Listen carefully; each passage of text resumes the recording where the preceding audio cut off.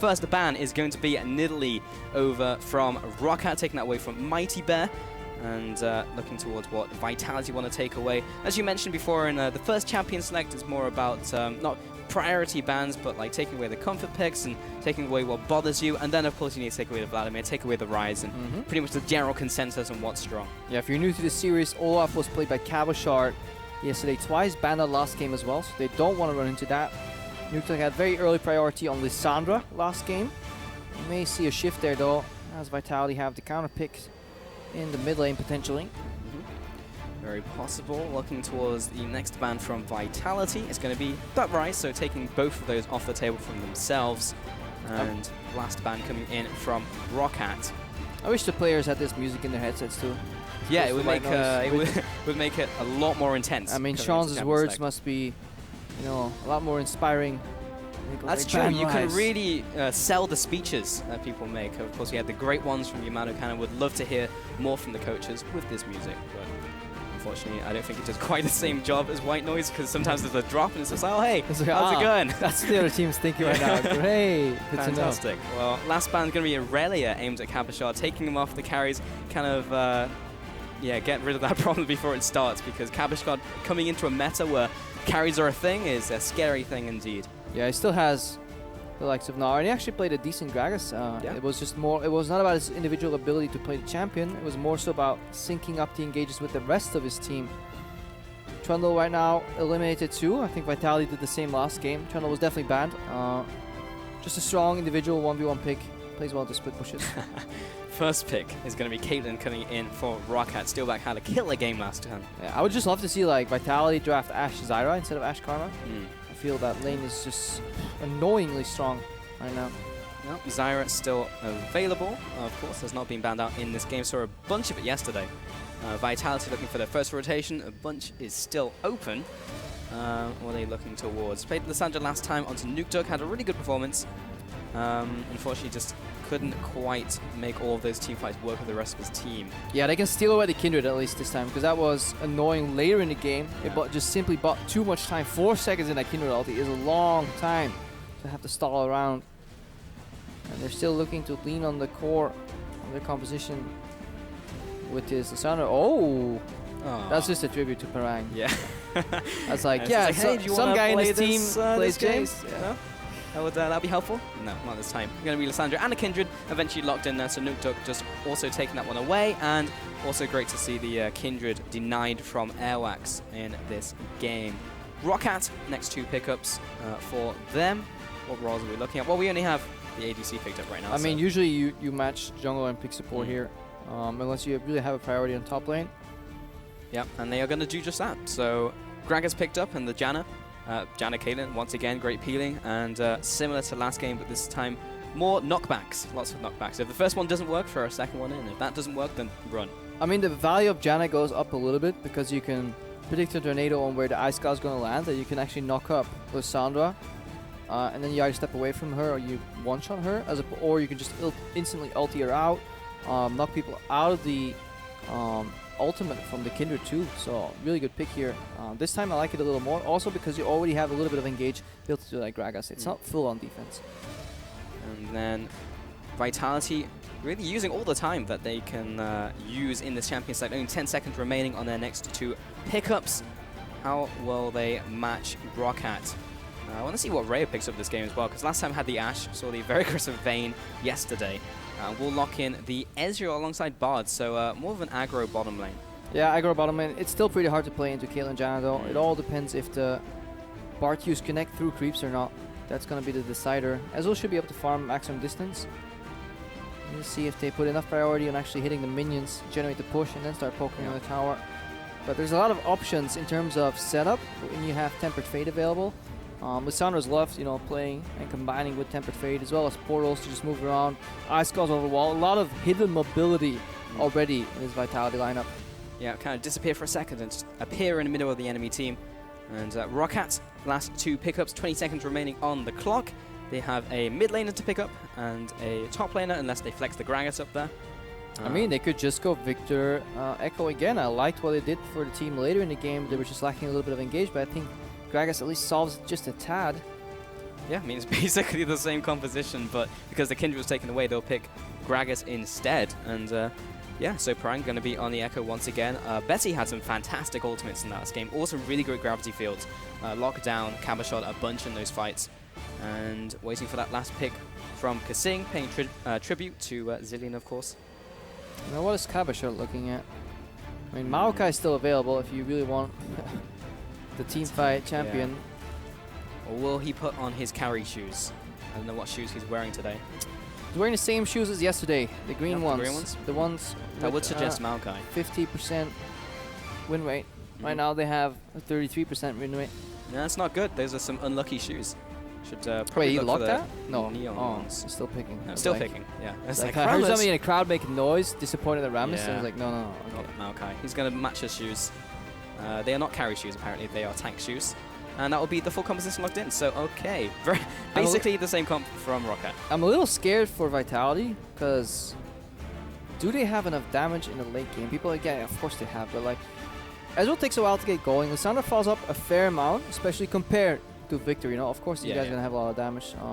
I guess the Kindred can make up for a lot of it, but I'm just afraid that Steeelback goes untouched in the backline. Once again, he gets a QSS and Mikhails gets picked up. I mean, Maokai can get on him once, but then there's a Gragas ult, there's a Janna ult, there's Mikhails. There's like so much to get everyone off him, then I feel like we could see very similar fights to what we saw in game 1. If it goes to 45 minutes. But I think before that, Vitality definitely have an option to winning the game. I mean, double teleport comp with Maokai Lissandra, like the mid-game spike on this team comp should be enough for Vitality to at least take an option on closing out the game. They should have mid-game advantage. I mean, for sure, they'll have that advantage, but they need to push that advantage and actually close out in the mid game. Yeah, not chase the support. Yeah, not chase the support and not just lose a massive fight and lose Baron, because that will result in what happened last game. So, I mean, you could chase the support, take a risk if there's no Baron up on the map, you know, Elder Dragon, you know, both objectives so good for these guys. Very, very risky. Well, we have the team conversations once again. Jump on Twitter, use the hashtags, hashtag ROC win or hashtag VIT win, if you think is going to take game 2 in this best of 2 between Vitality and Roccat. We'll be heading on to the Rift once more and see if this will result in the 2-0 for Roccat, or it will go 1-1 once again for these two teams. Vitality, best case scenario for them is to make that happen. Everyone off the starting block and will be fanning out into their jungle. Like a fan. Like a fan. Are you a fan? I am a fan. Well, I'd like to see more action in the early game, so I guess I'm not a fan. You're not a fan. No. I'm also not a fan of the early game that happened last game. Personally, would like to see more blood. Indeed, that would be fun. Because it all kind of happened all at one time, like in the late game, everyone started fighting a bunch, and then it was... yeah, the uneven distribution of wealth. Yeah, pretty much. I keep saying a bunch a lot. I don't know if I'm thinking about bananas, but I don't know. Is that what a troop of bananas is called, a bunch? A bunch of bananas. I don't know what the collective term for bananas is. Is it a troop of bananas? Now I'm just thinking of like a circus act with bananas. The Wandering Circus. The Wandering Circus of bananas? Yeah. Well, it would be more entertaining than another lane swap. Come on, guys. Give us some lanes. Yeah, please. kaSing and Reje are in the bottom lane. And it's going to be Steeelback and Raze in the top lane. So, yeah, once again, lane swap initiated by Roccat. Yeah, this time I feel like they're blind swapping, though. Because I think they have the edge. Although it's hard to judge with these guys. It also depends on just how good they are in these particular matchups. Yeah. Again, though, Roccat benefit from slowing the game down, opening up the map. Like, if they can avoid just any pickoffs and fighting and just trading objectives to get to the late game quicker, obviously in their favor. Yep, that is a true statement. Especially since it keeps Bard down too. Bard in lane swaps is so annoying because a lot of his value is kind of gated around him being level 6 and then roaming mid. And then you're like, eventually he'll get level 6, sure. But if he has to approach mid when he is level 6, enemy mid laner is like 9 or 10, you just get blasted when you walk up. If you're like level 6, enemy mid laner is like barely 7, you know. If you have a really good game going on, or maybe just 8, then obviously you can do a lot more. Let's see if kaSing gets those roams off. Grenade up into Cabochard will slow him down by 1.5 seconds. And get that stack, you know. Spell keys, all stacks matter. All about tempo in this lane swap. That's not tempo. We may use tempo for literally everything in the game. Look at this tempo that Airwaks is going to gain over Cabochard by taking away these. Airwaks stole the tempo raves. The small chickens. Yeah, the tempo raptors are down. Yeah. That's how you trigger Probably too. Oh yeah? You just call everything macro. Good to know. He's not really a biggest fan. We talked about this yesterday too, so if you're hearing the story twice, too bad for you. Yeah, you have to sit through it again. I haven't heard it, so... yeah, he just hates the word macro being overused, Yeah. so whenever you talk to him, it's like, you like that lane swap? From a macro aspect, how they took the macro CS and then they took the macro tower, and he just goes like, screw you, Crippo. I'm like, okay. Well, it's interesting how like MOBA lingo has kind of evolved, because it means one thing, but then because something is so similar, you just call it like the term that you already had rather than make up a new term. So it's kind of hard unless you have like a thesaurus. But Nukeduck is very overextended in the mid lane. Airwaks is going to line up the E flash, but he's going to jump in safety. MightyBear's going to come in, and neither of them are going to die. MightyBear gets a bit more damage down. But he hit a creep. He must have hit a creep. There's no way that Nukeduck survives this. That is a pretty big mistake right here. Out of nowhere here, breaking the lane swap pattern. Suddenly jungler with double buffs paths in mid as we were talking about macro. But then he makes a micro mistake instead. Oh man. Oh, MightyBear, he's going to take away this, but Raze is going to try and contest. That was a little too close. Smite goes down at 27 HP as the tornado comes in, but Raze was not able to secure it. MightyBear will back off. Let's take a look at that mid lane gank again, because Nukeduck is very far extended. Does he he's hit a low. minion? E flash here. Yep. Enhance. Oh, he hit him. Yeah. No. Was that Nukeduck? I'm pretty sure that was still a creep next to it. No, Airwaks definitely bumped backwards. Then he has no damage. Oh, bot lane, we're enhancing on this action. Got a TP coming in from Nukeduck, looking to claim a kill onto Steeelback. He's going to come back and try and finish off Cabochard. Not quite going to happen. First blood to Nukeduck. Yeah, ain't no party like a bot lane party. Double TP comes down. Steeelback cornered out. Tower dropped here. Really good play. And first blood on the side of Vitality, despite Nukeduck almost dying there in the mid lane. kaSing, 1v1 against Airwaks. So satisfying. Yep. Just like the motion. Throwing the penguins. Yep. It's all in the hip, you know? The Bard autos. All in the hip? Interesting. Not from the wrist. I feel like there'd be a lot of wrist action going on with the... I actually don't know the optimal way to throw a penguin. I've got to be honest. I actually never noticed he throws penguins because I hate that skin. Really? Yeah. Not a big fan. What is the best bard skin, Crefo? I don't even know what it's called. It's like the second one. The second one? What? Elder Wood? Yeah. The foresty one? I mean, you could call it whatever it is. I'm gonna be like, yeah. If you call it Banana Bard, I'm like, yeah, I was that referencing the Bard Master himself. You don't even know the name of the skin. No, just lock it in every time. That's disappointing. Well, I'm not one for cosmetics. Okay, I mean, I can understand that. But you still go for the skins. You're not like Faker, where he just like straight up goes for the classic skins all the time. No, because I hate the animation on the health back on the first one. It's so hard to tell when it's done. Yeah. I'm not a big fan of Coco. Can I say? I'm not in love. That just blows me away. You don't like penguins. You don't like Coco. I can understand why you don't like the skin, but that's just messed up. Oh, and Cabochard is in the top lane rocking the Maokai skin. No, that's a nice skin. Now that is a good skin. I think we can align on that one, Crefo, for sure. Alignment. Yeah, we do have alignment here on the casting desk. MightyBear, he's on his way into the top lane. He's on the prowl. Bear's not necessarily known for the stealthiness, but currently he is unspotted. Unseen. Now he's seen. He goes up to the tower and will take this one away. And Reje's there as well. We have a lot of animals, actually, on the Vitality squad. We have Danish shrimp coming in with the bear, and penguins from Cabochard. They're just throwing a zoo, basically. Gotta be careful with that nomenclature in solo queue, though. Yeah. Yes, a lot of high-elo players throw that around, but not for different reasons. Anyways, this lane swap kind of split up. Steeelback and Raze are dealing with the tower on the bottom, as opposed to Vitality. Moving more so as a team. Gotta keep track of experience right now. Parang has a small lead on Cabochard, mostly because obviously the teleport play that Cabochard did towards the bottom lane. Yeah. Cabochard also got the 400 gold from the tower as everyone left him, so team playing around that, giving him the extra gold. Has also gone for the corrupting potion. Bot lane is slowly being pushed in. But look at the gap though between Steeelback and Reje. A lot of CS lost here and shared within the team for Reje. Nukeduck now taking a lot of damage. He'll be fine, but just got chunked out. But Steeelback is 26 CS ahead.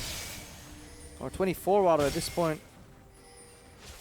He is. That's some good maths. Yeah, I was just double checking in my head. I'm like, don't, if you correct yourself, you better be right, boy. Yeah.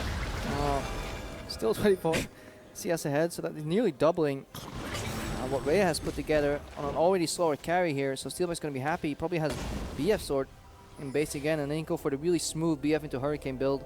No budget shenanigans where you go like pickaxe into Hurricane. Yep.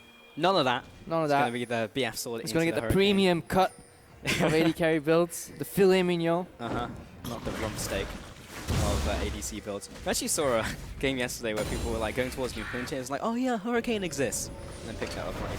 But yeah, that is the most optimal pickup.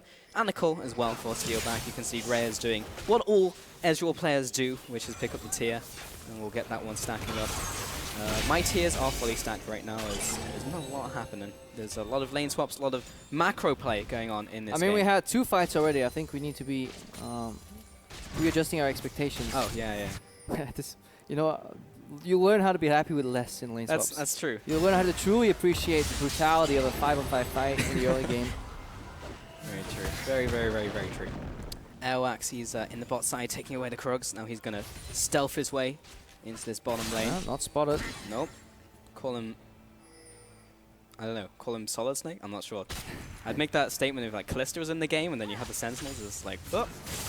Not quite sure that one. I don't know either, Crapo. I've kind of lost it. But Betsy, he's still farming up the mid lane, has the CS advantage again, like we saw in the first game. But it was a whole lot of farming, and this game is not going to be too different. kaSing rotates into the mid lane and will take away this ward. And Nukeduck will get his blue buff as well, so going to be happy with that. Vitality just biding their time. Once kaSing hits 6, he can always roam mid and just put the ulti on Betsy, and at least he'll have to use his flash. Maybe cleanse out later. Can't go back into that portal. It's a one-way street only. That would be a little annoying if you bump into each other mid-portal. Yep. High five on the way.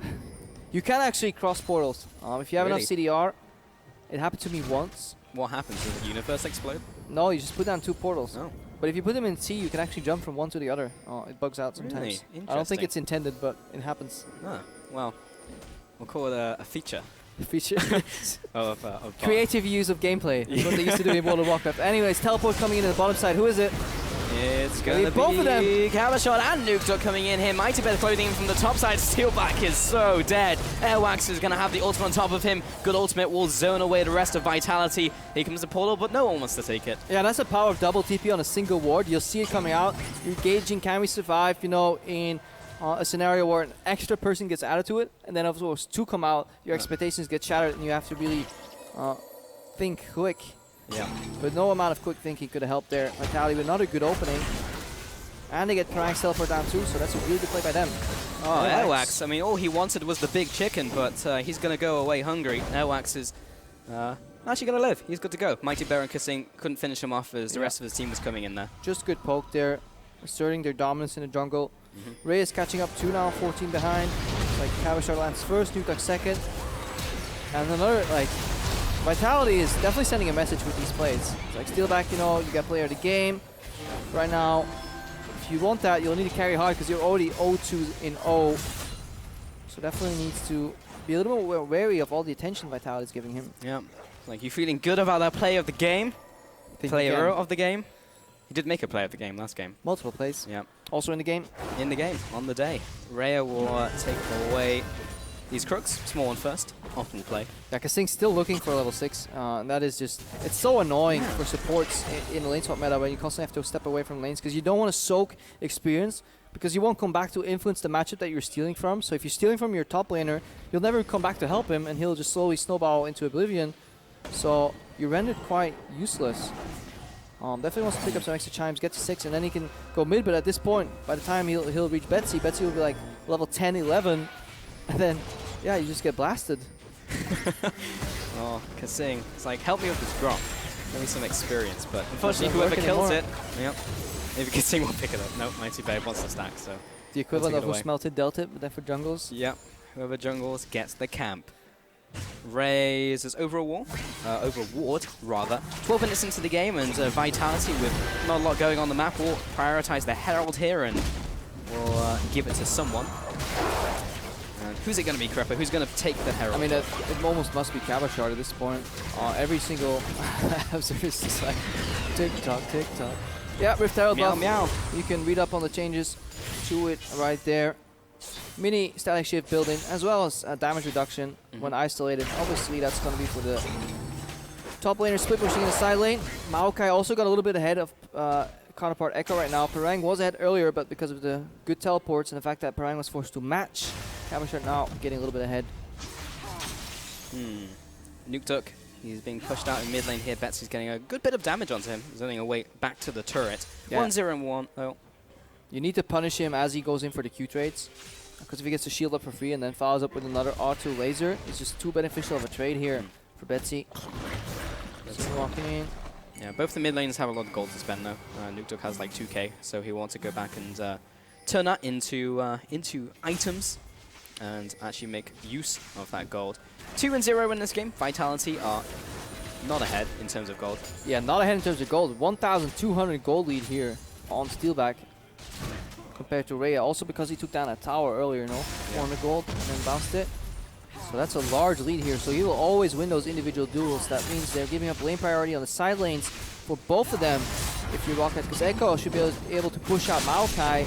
Caitlyn wins against Ezreal, and any added member doesn't change that balance.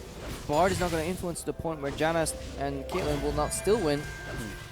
And Viktor's pushing up mid, so that's why we saw, you know, Airwaks kind of jungling at enemy wolf camp, because he has the liberty to do that because his lanes are pushing around him. Very tough position for Vitality. Yeah, and last game they had a significant advantage and threw it away to Roccat, but this time they didn't even have that advantage to throw to Roccat, so we'll see what happens in this time. The stealthy bear is on his way top lane. He's going to find Parang and already set up a mark for Kindred, so he really wants this kill to get the extra damage over to him. Going to flash after Parang, but it's actually slowed out from the Time Winder, so a bit of a weird flash from MightyBear. He was really hungry for that stack. Yeah, Parang realized it just in time. Somebody was coming out to get him. Obviously, very hard to capitalize on the pushing lanes if you have just so much fog of war. So, but this time Parang backs out well. Roccat was trying to do this against Vitality last game too, where they consistently tried to pick off Nukeduck on the side lane. And to be fair, MightyBear marked him like 8 seconds before he went into the top lane, so it was like, I wonder if there's someone after me. Yeah, so he was already walking back. A little more defensive. It's reverse mind game, because next time he'll mark Parang again and then be bot lane. So he's playing the long game. Either way. And right now we see AD carries moving to the mid lane. It's a little different because as we talked about last game too, Betsy playing with Cleanse doesn't really want to go on side lane. So kaSing, Steeelback rather needs to play on side lanes or just group up. So Betsy siege down tier 1 in mid. But he has a bit of wiggle room in terms of farm. Steeelback that is. He's 40 CS up right now. And if you look at what Reje is doing, he's really just making sure that Steeelback can farm. So the defensive vision right now is catered around giving Steeelback access to the side lane farm, because Roccat again is comfortably scaling with his Caitlyn Viktor mid lane. This is truly the darkest timeline. The first dragon of the game is Cloud, by the way. So we are 15 minutes into the game, and no one has taken dragon because no one really cares about it. That was an on the way ping though.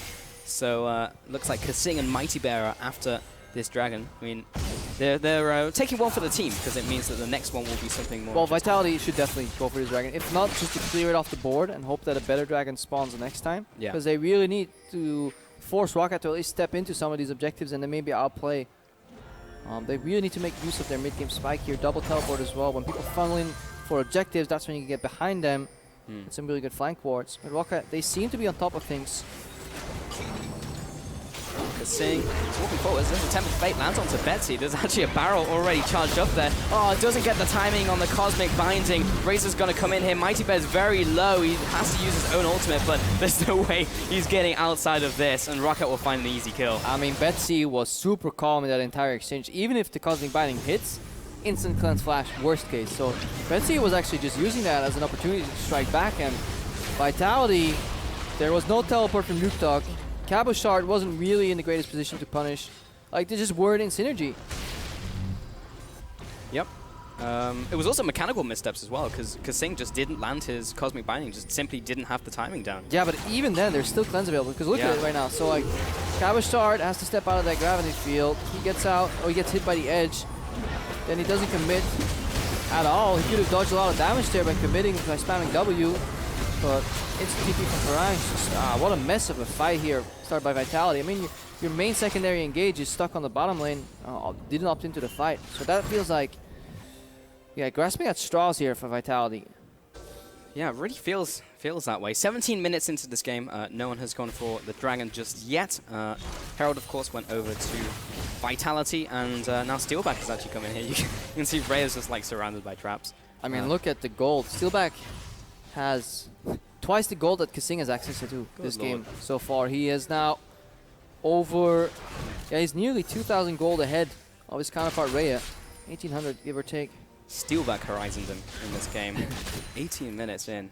Yeah, he's really not in good shape, but Steeelback is having another good setup to this game. Yeah, Roccat is allowing him. KDA. Yeah, he's allowing him to farm despite being targeted with 2 roams, double teleport. He's still getting access to a lot of farms, so his team's setting up vision so he can do that.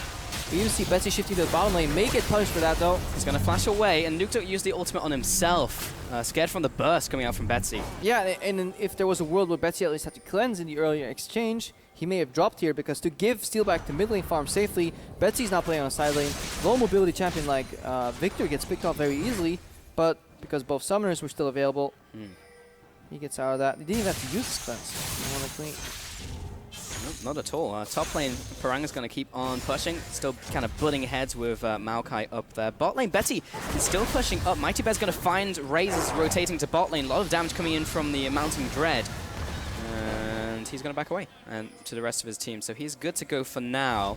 Yeah, they try to catch up. Nukeduck right there, looking for an E-flash from Airwaks, but then lurking in the brushes was MightyBear. Another engage here. Steeelback getting caught.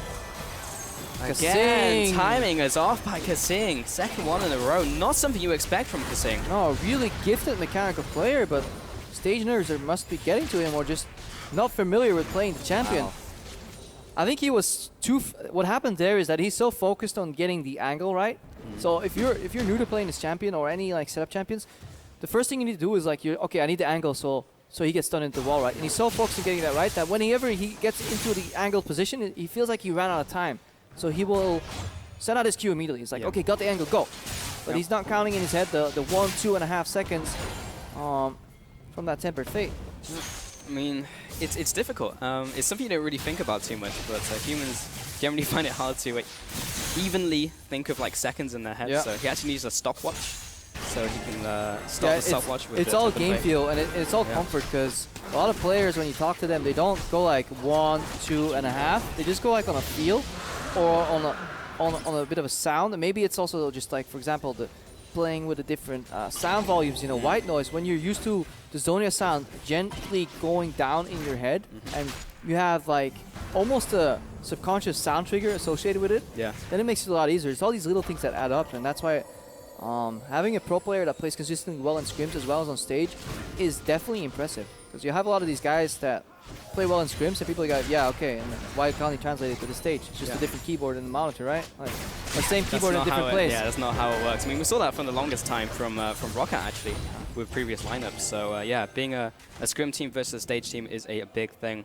Maybe kaSing just needs to learn the 1 Mississippi, 2 Mississippi. 2 Mississippi. I mean, maybe he just like botches it entirely. But it is a more interesting, broader discussion. Cool, you know, going from stage to play and all these little things that influence it. But right there, yeah, it seems like he was very, very focused on getting the angle right, and then kind of rushed ahead of the decision. Because against good players, you need to land it on the exact frame perfect, as they say it in the speedrunning community. Yeah. If not, botch attempt. Or in the Smash community. But we don't have that too much in League of Legends. There we go again. Tempered Fate, but this one it didn't even land. Yeah, it came from kind of far. Yeah. It's really hard, obviously, to get in a position where you can freely cast the ulti without getting counter-engaged on or spotted.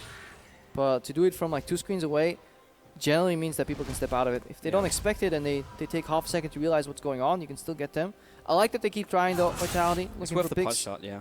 But I want to see them set up a play where maybe the ulti is used as a zoning tool. It's like either you get hit by it or you have to dodge forward. That means their double TP can strike, because Vitality, as we talked about, they need to hit their mid-game spike right now.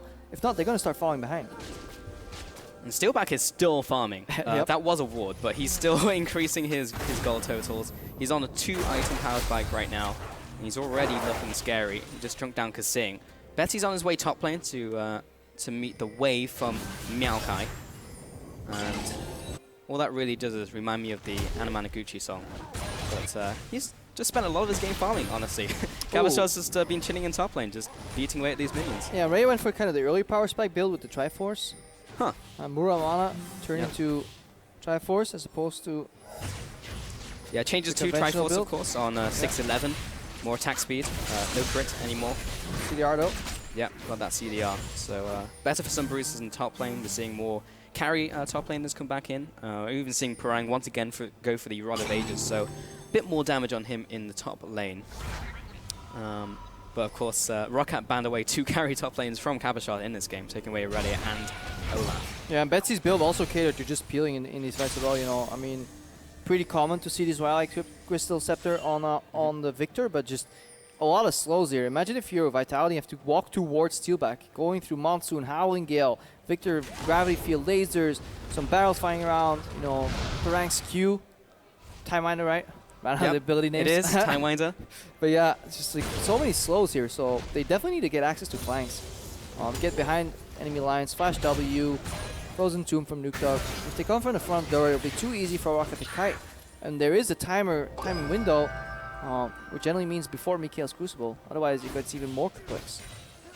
True. 2 and 1 in this game. We've had 3 kills in 24 minutes. Reje is received some damage from Steeelback. He's just testing how much damage he can do to tier 2 ultimate on 8 in the hole.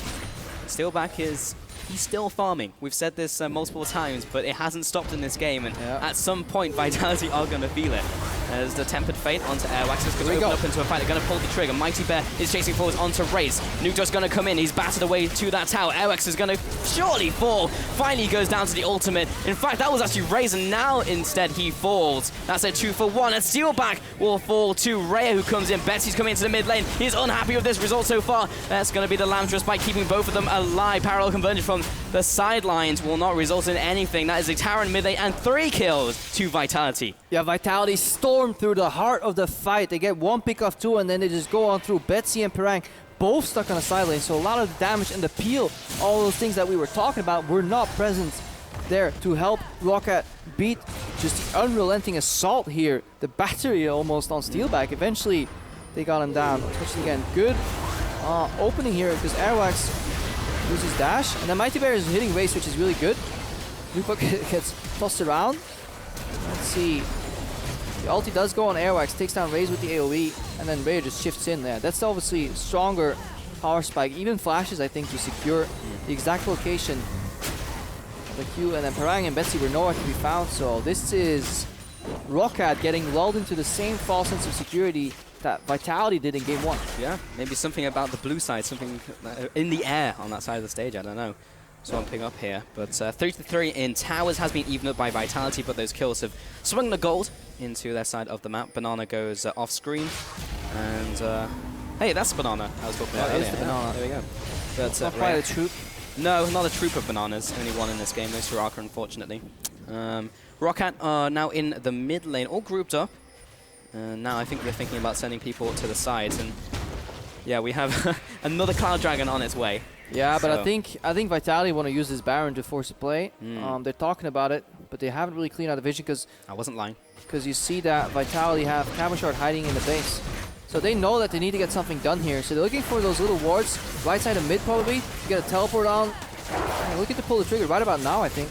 MightyBear took a lot of damage from that Baron. He's very low, but they have called out Betsy. Airwaks over the wall. Explosive cast will save him for now. Nukeduck comes in. Reje is going to finish off Betsy. Surely he's going to back off, and finally he goes down. Nukeduck will find the ice shot for the kill. Everyone's going to back away into the Lamb's bite from MightyBear. Shut down over onto Nukeduck, and Steeelback has arrived. Double kill coming out. Cabochard jumping away onto Airwaks, and kaSing is trying to cover his escape. Barrel comes down, and they'll all back off. Yeah, beautiful setup. But kaSing, can you please learn how to count to 2.5? This is the 3rd consecutive Q that he's missed on a Tempered Fate setup. This was a beautiful setup from Vitality. They sprung the trap, great Tempered Fate, but then the follow-up was abysmal, and it may have been the game here. Cabochard desperately trying to get to the wall here. Steeelback going out of the pit to fight Cabochard. This is a really good move here. And kaSing has to disengage. What a counter from Roccat, but it was, the error was on Vitality's side. Yeah. Once again, that was a disappointing fight. There's a 2-shot barrage, shot in the dark really to try and secure that one. Roccat will get away with it, and they'll all teleport back to base. Once again, Roccat just picking up this game off a mistake from Vitality. Yeah, they don't want the Baron, they just want to use it to draw people close. Tempered Fate was great, and then here, just... I think he's so focused on finding the Q and the connection to the wall that he's just not hitting Betsy, and Betsy survived that on like 10-15% HP. That's enough to have one slow from Barq and an auto, which would have been enough to just take him down. So I think the priority seems to really be on the angling for kaSing as opposed to the timing, and it's costing them too much. Really disappointing from a player you'd expect way more from. I mean, I've gotten schooled so often by this guy. He's such a mechanically gifted player, such a smart player in terms of timing, awareness, movement, but he just doesn't seem to be in his element on this Bard pick. Well, of any game and any caster to call him out, it would be you. I mean, like any caster can call him out on that. That's a sweet temper trait in the queue. We're just trying to delve into the rationale, maybe why it's happening, as opposed to saying like mechanics. You're boosted. Well, Vitality, they do have a lot of animals on their team, but none of them are helping them right now. Moral support in this game is not going to win you one. And Roccat with this Baron pushing down this mid lane. Well, the minions are gone for now, so he's going to take another minion stack. But look at the damage Steeelback's getting onto this tower. With the trap line along range and Raze with the shields. He's even saving some more traps because he can just hug one side. He doesn't need to cut everything off. Stepping in on every wave. I think we'll see Cabochard move up on this wave. But yeah, good zone. I love the zoning here from Roccat. Really smart, stepping forward at the right times. Yeah, really well played. Roccat going to take that tower down and now move on to the inhibitor itself. Looks like they're gearing up to back away after this pickup, but Vitality, there's so little they can do there. They step into the trap line, they're dead, so just couldn't respond. And Roccat, they know how to play from ahead. Yeah, at this point, it's worth for Roccat to probably take down the Cloud Dragon, because it'll just indicate, or it'll guarantee that the Elder spawns as early as they can, while they still seem to have a lot of map control. If they're afraid of Vitality still playing towards their mid-game spike, that's a little early. They're not playing. They're next game, guys. Soon. Don't worry about it. Anyway. It's like the weirdest time to have a unicorn. Yeah.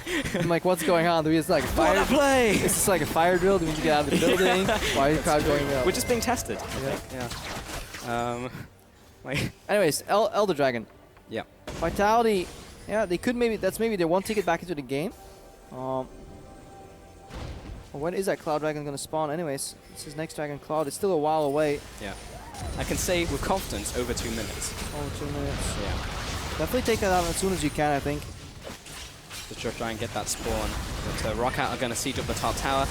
Like, these towers are just made out of paper. Like, you don't even really need the trap line at this point. No one's really going to defend it from Vitality, and you can just stand there and take the tower. Just a habit at this point for Steeelback. Yeah. I mean, he's got the traps to spare, right? Like, they're coming off cooldown so quickly. MightyBear's going to pick a little damage onto Airwaks and jumps back in, so it takes a little bit more. He's down to half already. kaSing, again, not connecting any Cosmic Binding. We've got to say those Qs from kaSing have been more like comic bindings this game, to be honest. But, it's a good ulti. Played onto Steeelback. Can they capitalize? Is the TP into top lane? Raze always steps forward too. At this point, you almost need to just temper fade Raze plus somebody else. Nukeduck is having issues dealing with Parang though. Well, Glacial Path, he'll take it to safety. Parang will just let him go for now. There's the trap line again. Nice spacing out from Steeelback. Will be helping my OCD, but forcing Vitality back. kaSing looking off to the sides, but Parang's probably going to TP on a minion here. He's basing, but doesn't really coincide with the push, so a little bit late. We'll need to wait for maybe next wave. There's one coming, maybe another 10 seconds, but he can TP to that minion that's being hit by the tower. That tower's so low though. Like Vitality, if they're going to pull the trigger, they have to do it on this push or just concede the inhib. Temper Fate is down, Frozen Tomb is down, so I think this is going to be it. Yeah, not a lot of tools really for Vitality to work with. He's in the hole. Yeah, there we go. Invulnerable minion, tower being sieged. Counter threat here from Vitality. Well, this is going to be the engage, but Nukeduck instantly evaporates. MightyBear is still staying alive. He managed to chunk down Steeelback, but he has the help from his team to take him out. There's the double kill for Steeelback. And look at the regen as well. There's no way they can take him out. Parang and Airwaks are keeping everyone Vitality occupied, and that's just allowing the triple kill for Steeelback. He's going to find the next one onto Cabochard, and this is just going to straight up be the clean ace. Another quadra kill for Steeelback. Yeah, another quadra kill for Steeelback here, enabled by his team, but what a stellar performance in both games here, and finally they break the ties. Roccat finally go 2-0. This is the 2-0 now coming out from Roccat. Finally they find it over Vitality, and Vitality handed their first full loss.